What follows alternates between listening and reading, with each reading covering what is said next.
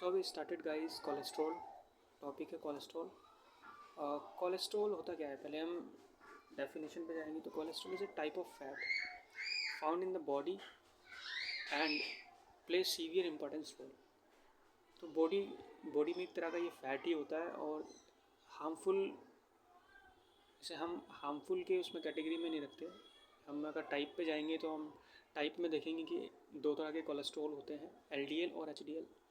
तो LDL low density lipoprotein जो कि हार्मफुल होता है, और एचडीएल जो कि हाई डेंसिटी लिपोप्रोटीन, ये गुड फॉर हेल्थ होता है।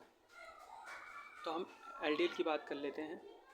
एलडीएल लो डेंसिटी लिपोप्रोटीन, ये बेसिकली दिखने में अगर हम इसे देखेंगे तो ये रूम टेम्परेचर पे सॉलिड मिलेगा। इट मीन्स जैसे बटर हो गए और हमारा घी हो गया, डालडा घी आता है उस तरह का, वो सारे हमारे एलडीएल में ही आते हैं। तो बेसिकली ये बहुत ज़्यादा हार्मफुल है। ये प्लगिंग करता है ब्लड वेसल्स में और एंथेरोस्क्लेरोसिस और पेरिफेरल आर्टरी डिजीज़ इस तरह के कॉज कर सकता है।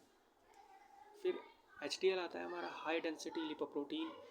तो ये हमारा बेसिकली हमारा लिक्विड फॉर्म में रहेगा रूम टेम्परेचर पे और गुड फॉर हेल्थ रहता है। और एलडीएल को भी रिमूव करने में ये हेल्प करता है और हमारे हार्ट डिजीज़ को भी कम करने में ये हेल्प करता है। तो हम कोलेस्ट्रॉल की पहले इम्पोर्टेंस की बात करते हैं, फिर एलडीएल के जो डिजीज़ होती हैं उनके रिगार्डिंग बात करेंगे। तो इम्पोर्टेंस से जो हमारी जो यूनिट ऑफ सेल होती है, हमारी जो बॉडी की सेल होती है, वो भी कोलेस्ट्रॉल से बनी होती है। फिर कुछ हार्मोन्स होते हैं जैसे सेक्स हार्मोन हो गए, एस्ट्रोजन और टेस्टोस्टेरोन, ये दोनों हार्मोन भी कोलेस्ट्रॉल से ही बने होते हैं। फिर एड्रेनल ग्लैंड से जो दो हार्मोन रिलीज, वैसे एड्रेनल ग्लैंड से कई हार्मोन रिलीज़ होते हैं, पर उसमें दो हार्मोन जो कॉर्टिसोल हो गया और अल्डोस्टेरोन हो गया, ये दोनों ही कोलेस्ट्रॉल से बने होते हैं। विटामिन डी का प्रोडक्शन भी कोलेस्ट्रॉल कराता है। फिर बाइल एसिड जो हमारा लीवर प्रोड्यूस करता है, उसमें भी हेल्प करता है कोलेस्ट्रॉल। अभी हम बात कर लेते हैं डिजीज़ की। तो एलडीएल से होने वाले डिजीज़ क्या हैं? Heart attack and stroke, angina और एंथेरोस्क्लेरोसिस और पेरिफेरल आर्टरी डिजीज़।